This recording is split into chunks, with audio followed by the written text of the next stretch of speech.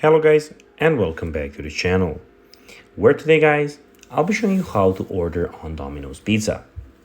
So guys, the first thing that you of course need to do is go to the Google Play Store or the App Store and download the Domino's Pizza application.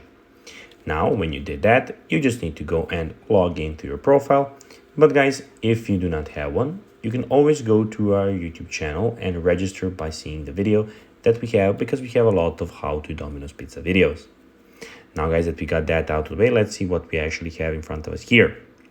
So on the main screen, you can see that you have your delivery address, and in the top left corner, we can see some more options.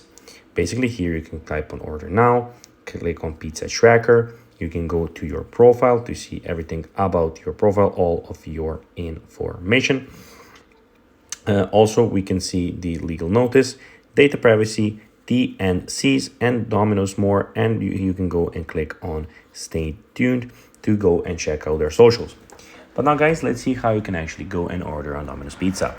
Well, the thing that you need to do is click on the top of the screen, click order now, where you will be on the home screen, where you just need to click on the button order now.